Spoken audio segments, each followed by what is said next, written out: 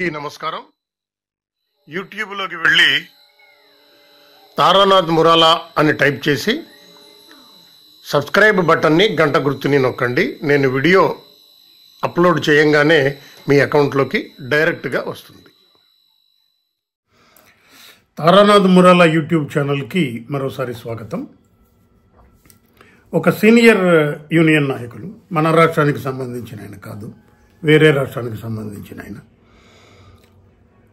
అప్పుడప్పుడు దీని మీద పెన్షన్ రివిజన్ లేకపోతే టెలికామ్ ఇష్యూస్, బిఎస్ఎన్ఎల్ ఇష్యూస్ మీద మా ఇద్దరి మధ్యలో అప్పుడప్పుడు డిస్కషను, వాట్సాప్ చాట్స్, పోట్లాటలు, ఏకాభిప్రాయం, భేదాభిప్రాయం అనేక రకాలు వస్తుంటాయి. But we will still discuss. ఎందుకనంటే వ్యూ పాయింట్ ఒక ఇష్యూ మీద రకరకాలుగా ఉండొచ్చు.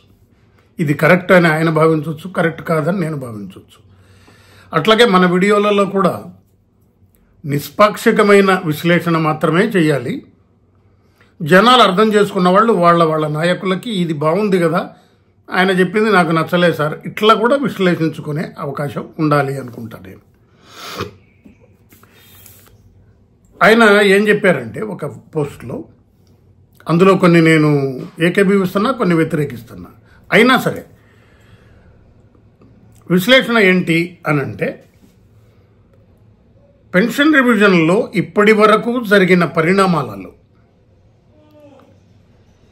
ఏ అంశాల మీద పెన్షన్ అసోసియేషన్లకి ఏకాభిప్రాయం ఉంది, ఏ అంశాల మీద పెన్షన్ అసోసియేషన్లకి ఏకాభిప్రాయం లేదు, ఏ అంశాలు డిఓటీ అంగీకరించింది, ఏ అంశాలు డిఓటీ అంగీకరించాల, ఇవి విశ్లేషించారు ఆయన. ఆయన ఏమంటారంటే, 17/10/2022 పెన్షన్ అసోసియేషన్లతో డిఓటీ ఏర్పాటు చేసిన సమావేశాన్ని మనం కీలక పరిణామంగా దీంట్లో పరిగణించాలి.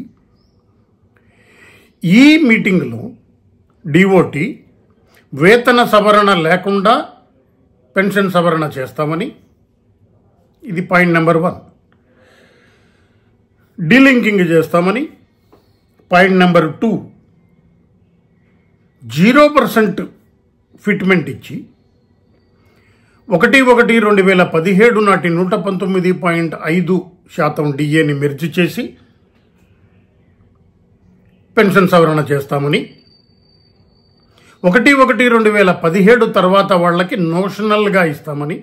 నోషనల్ అంటే వాళ్ళకి లాస్ట్ పే డ్రాన్ డిసైడ్ చేసేటప్పుడు ఈ 119.5ని కలిపి అక్కడి నుంచి ఇంక్రిమెంట్లు, ప్రమోషన్లు ఇటువంటివి కలిపి వాళ్ళకి చివరి నెల జీతం బేసిక్ ఎంత అనేది నిర్ణయించి దాని ద్వారా వాళ్ళకి పెన్షన్ సవరణ చేస్తామని, ఇందుకోసం తగిన రూల్స్ సవరణ చేస్తామని 17/10/2022 నాటి సమావేశంలో ప్రతిపాదించింది డిఓటీ. ఈ ప్రతిపాదనలో మిగతా అన్ని అంశాలని యూనియన్లు అంగీకరించిన 0% ఫిట్మెంట్ అనే దాని మీద వీళ్ళకి అందరూ యునానిమస్గా లేదు, మేము 0%కి అయితే ఒప్పుకోము అని అన్నారు. అక్కడ స్టేల్మేట్ ఏర్పడింది. 0% అనేది మీరు కాదంటున్నారు, మేము 0% అనుకుంటున్నాం.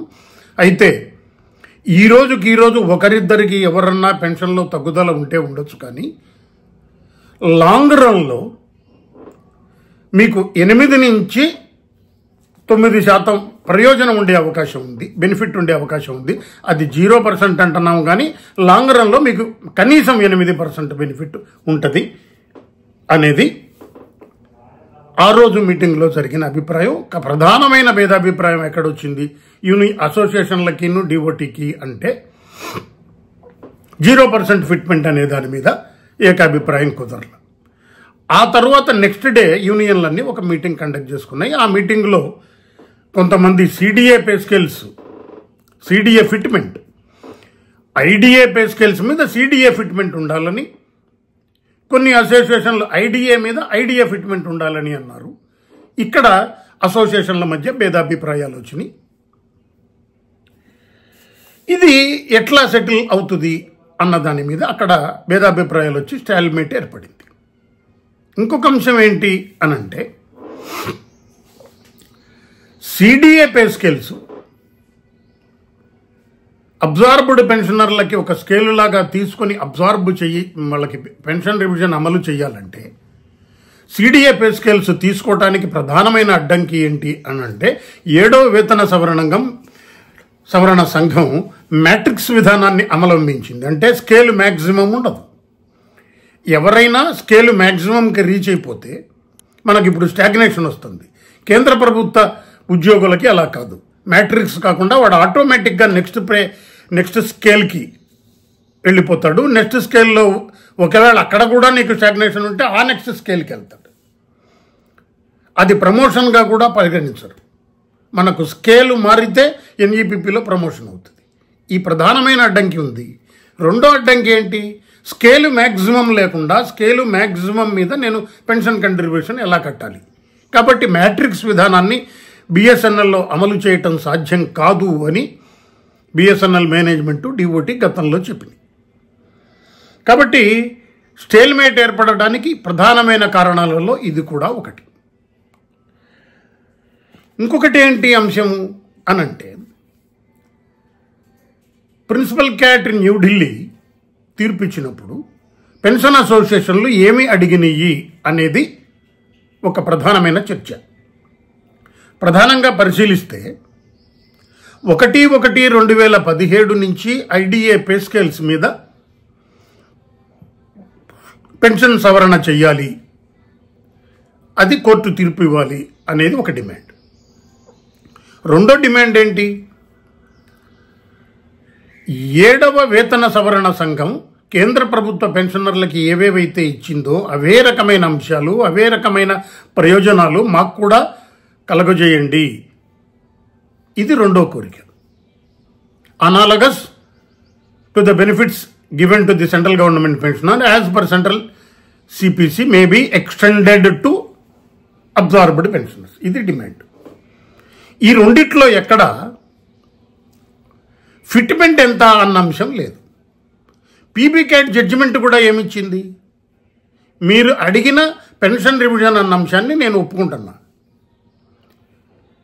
డిఓటి ఏ రూల్స్ అయితే ఉన్నాయో ఆ రూల్స్ని అవలంబిస్తా 37A ఏవైతే చెప్పారో ప్రామిస్, రూల్ 37A అమెండ్ చేసినప్పుడు అదే రోజు రిటైర్ అయిన కేంద్ర ప్రభుత్వ ఉద్యోగికి ఏవైతే ప్రయోజనాలు కలగజేస్తామో అదే రకమైన ప్రయోజనాలు మీకు కూడా కలగజేస్తామని హామీ ఇచ్చిందో ఆ అంశానికి లోబడి analogous to the central government pensioners basing on 7 CPC the same benefits may be extended to these absorbed pensioners అన్నారు. కాబట్టి కోర్టు తీర్పు ఎక్కడ ఐడిఏ పే స్కేల్ మీద సిడిఏ ఫిట్మెంట్ అని కానీ ఐడిఏ పే స్కేల్స్ మీద ఐడిఏ ఫిట్మెంట్ అన్న కానీ అంశాన్ని ప్రస్తావించాల.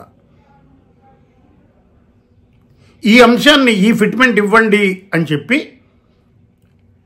రిక్వెస్ట్లో కూడా లేదు. ఇది ఈయన విశ్లేషణ. కాబట్టి ఇంకొక అంశం ఏంటి? డిఓటి ఏం ఆర్గ్యూ చేస్తుంది ఈరోజు? పెన్షన్ మీకు గ్యారంటీగా ఇస్తాం, పెన్షన్ రివిజన్ మీ హక్కు కాదు, పెన్షన్ రివిజన్ మేము అనుకుంటే అనామలీస్ సెటిల్ చేయాలనుకుంటే ఇస్తాం అని చెప్పింది. ఇంకొక అంశం ఏంటి? సెంట్రల్ పే కమిషన్స్ ఏవైతే పే కమిషన్లు అవలంబిస్తారో సెంట్రల్ గవర్నమెంట్కి, అవి సెంట్రల్ గవర్నమెంట్ ఎంప్లాయీస్ కోసం, సెంట్రల్ గవర్నమెంట్ పెన్షనర్ల కోసం. ప్రభుత్వ రంగ సంస్థలకి 3వ వేతన సవరణ సంఘం, 2వ వేతన సవరణ సంఘం, 1వ వేతన సవరణ సంఘం అమలు చేశారు. అంతకుముందు వాళ్ళకి ఆయా బోర్డులు నిర్ణయించుకునేవి, లేదా ఆయా మంత్రిత్వ శాఖలు నిర్ణయించుకునేవి. కాబట్టి జడ్జిమెంటులో, పీబీ క్యాట్ జడ్జిమెంటులో ఏ ఫిట్మెంట్ ఇవ్వాలి, ఎంత ఫిట్మెంట్ ఇవ్వాలి, ఏ రకమైన అంశాన్ని మీకు చేయాలి అన్న దాని మీద కంప్లీట్గా డిఓటికి వదిలేసింది జడ్జిమెంట్. జడ్జిమెంట్లో ఏముంది?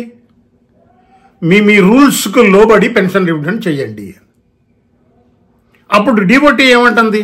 వేతన సవరణ లేకుండా, పే స్కేల్స్ లేకుండా ఎలా ఇవ్వాలి నేను? ఉదాహరణకి మీకు ఒక 7,700 14,000 ఒక RM స్కేల్ అనుకుందాం. ఆల్రెడీ స్టాగ్నేషన్ వచ్చి 14,000 నుంచి 3 స్టాగ్నేషన్ ఇంక్రిమెంట్లు ఉన్న RMలు కూడా ఉన్నారు. కొత్తగా డిఏ తీసుకెళ్లి మెర్జ్ చేయాలంటే పే స్కేల్ మారకుండా నీకు ఎట్లా ఇస్తారు? కాబట్టి పే స్కేల్ ఎలా మార్చాలి, 1/1/2017 తర్వాత రిటైర్ అయిన వాళ్ళకి నోషనల్గా చెయ్యాలి అని అంటే ఆ అంశాన్ని ఎలా పరిష్కరిస్తారు లాంటి ప్రధానమైన అంశాల మీద పీబీ క్యాట్ జడ్జిమెంటు ఏమీ చెప్పల. మీ రూల్స్కు లోబడి చేసుకోండి అనింది.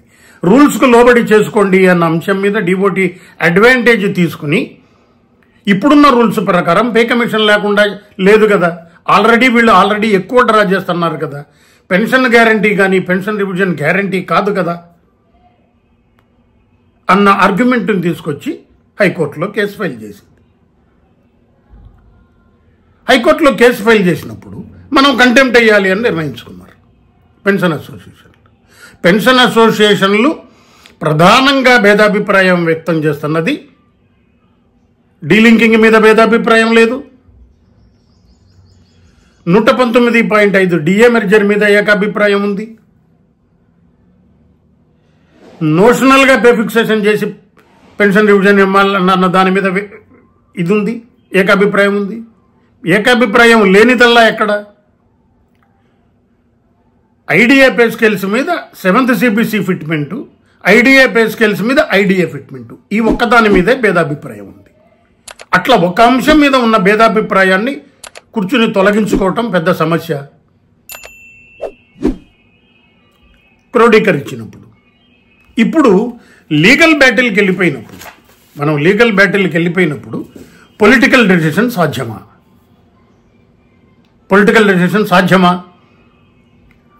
ఇంకొక అంశం మనం ఆలోచించాల్సింది ఏంటంటే, మనం కేంద్ర ప్రభుత్వం మీద పెన్షన్ అసోసియేషన్లుగా ఒత్తిడి క్రియేట్ చేయగలిగిన పరిస్థితుల్లో ఉన్నామా? ఇప్పుడున్న ప్రభుత్వం మీద ఒత్తిడి చేయగలిగిన పరిస్థితుల్లో ఉన్నామా? లేనప్పుడు మనం ఏం చేయాలి? ఇవి ప్రధానంగా పెన్షన్ అసోసియేషన్లు ఆలోచించుకోవాలి అని ఆయన చెప్పారు. సరే, ఇందులో కొన్ని అభిప్రాయాలతో కొంతమంది ఏకీభవించవచ్చు, ఏకీభవించకపోవచ్చు. కానీ సీనియర్ నాయకుల అభిప్రాయాలను కూడా అప్పుడప్పుడు మన యూట్యూబ్ ఛానల్లో ప్రస్తావించుకుందాం అన్న దానికోసమని ఈ వీడియో చేశాను. ధన్యవాదాలు.